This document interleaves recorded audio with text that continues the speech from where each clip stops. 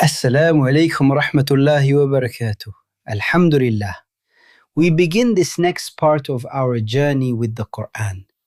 If you have not listened to the introduction yet, I encourage you to go back and listen to it. It will help you understand how to take maximum benefit from this series, inshallah. Let's begin with Juz 1, or what many of us call Para 1. In this part, we will cover all of Juz 1 and move into the first quarter of Juz 2. We will see the foundation of the Qur'an, the categories of people, the story of Ādam ʿalayhis-salām, the warnings through Banī Isrā'īl, and the beginning of identity and obedience. As you begin, whether you are opening the Mus'haf to read, or praying Tarāwīḥ, or simply listening through your headphones while driving, cooking, or doing any other work, remember this: you are not just turning pages or hearing words. You are stepping into a conversation between you and Allah subhanahu wa ta'ala. A conversation. Take a moment and reflect on that. When you speak to someone important, you prepare yourself. When you enter an important meeting, you focus. This is more important than any meeting. So let us begin with the very first page. Surah Al-Fātiḥah, the surah we read in every single salah, every rak'ah, every day. Think about that. Every single day. Why would Allah subhanahu wa ta'ala make us repeat this surah so often? Because it is not just an introduction. It is the foundation. It contains the core message of the entire Qur'an in just 7 verses. 3 powerful themes appear immediately: Tawheed, Risālah, Al-Qiyamah. When you say, Alhamdulillahi Rabbil Alameen, you are declaring that all praise belongs to Allah subhanahu wa ta'ala. Rabb, the one who provides, the one who controls, the one who takes care of you even when you don't realize it. Even your ability to breathe right now is mercy. Then we say, Ar-Rahman, Ar-Rahim. You remind yourself that His mercy surrounds your life. Maliki Yawmiddin, the master of the day of judgment. There will be a day when everything becomes clear. No pretending, no hiding. Then comes the center of this surah. Iyyāka na'budu wa iyyāka nasta'īn.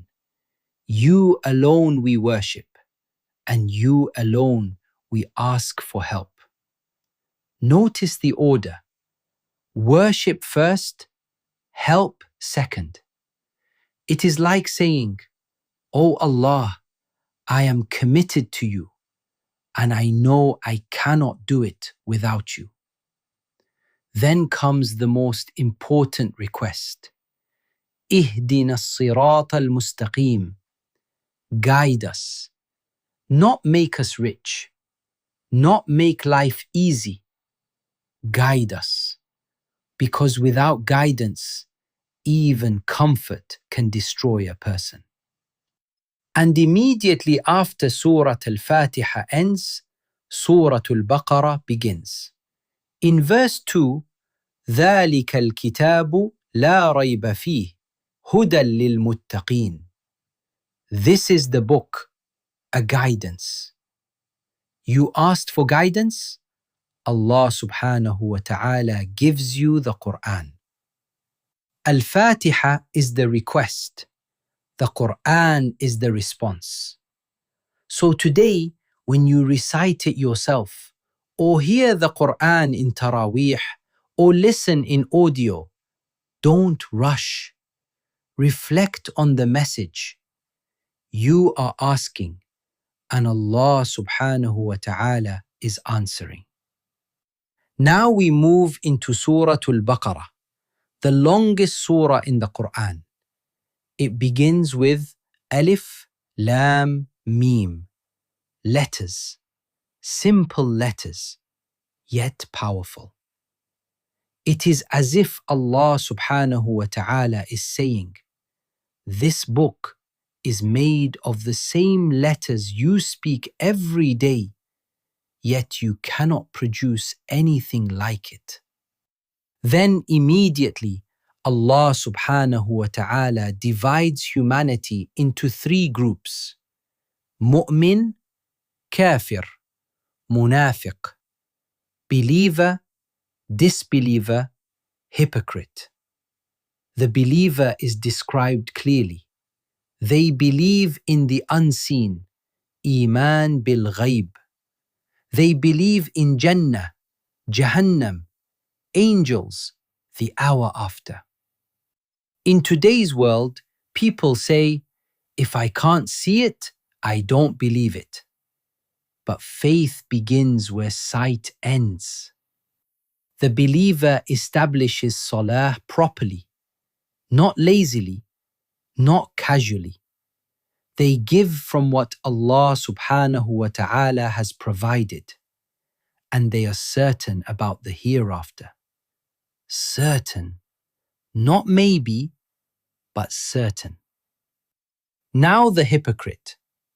Allah subhanahu wa ta'ala spends more time describing them because hypocrisy is subtle. It looks like belief from the outside. They say the right words, but inside something is sick. They lie. They deceive. They claim to fix things while spreading corruption. They mock believers. In our world today, how easy is it to appear religious but struggle internally? Juz 1 forces us to ask, am I nurturing sincerity or am I feeding ego? Then Allah subhanahu wa ta'ala takes us back to the beginning. Ādam ʿalayhis-salām, the first human. Allah subhanahu wa ta'ala honored him with knowledge, made him Khalifa on earth. The angels were commanded to make sujood, but Iblis refused. Why? Arrogance. Ana khayrun minhu. I am better. That sentence still exists today. It appears when someone refuses advice, when someone cannot admit a mistake, when someone thinks they are above correction. Every time ego wins, that moment repeats. Juz 1 reminds us, you were given knowledge, you were given responsibility, you were created with purpose. This life is not random.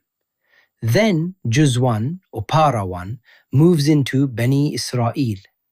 Allah subhanahu wa ta'ala reminds them of favor after favor, saved from oppression, the sea split, food from the sky, water from stone. Imagine seeing miracles with your own eyes. Yet slowly, hearts hardened, gratitude faded, love of the world increased. History is repeating here. How many blessings do we wake up with every day? Safety, food, the Qur'an itself. But do we become comfortable? Juz 1 teaches us, blessings do not guarantee obedience. Knowledge does not guarantee humility. Only sincerity does. Then Allah subhanahu wa ta'ala mentions Ibrahim ﷺ, test after test, leaving his homeland, standing alone, thrown into fire, leaving his wife and child in a desert valley, ready to sacrifice his beloved son. Submission is not comfort. Submission is trust. Trust when things don't make sense. If we claim to follow Ibrahim ﷺ, then we must be ready to trust Allah subhanahu wa ta'ala when the outcome is unclear. As we come to the end of this part, take a moment and reflect on what we have covered: the foundation of guidance, the categories of people, the danger of hypocrisy, the pattern of ingratitude, the model of submission.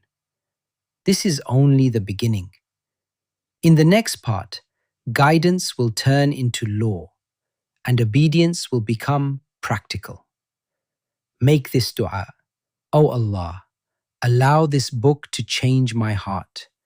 Allow it to guide me and my family. Make it a source of light for me in this life and the next. And accept this small effort from us. And I humbly ask you as well, please remember me in your du'as. If you are benefiting from this series, consider subscribing to the channel. It helps this work continue and allows more people to benefit from the Qur'an. Insha'Allah, in part 2, we will continue with Surah Al-Baqarah from the second quarter of Juz 2.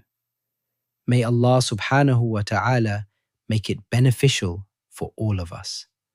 Ameen.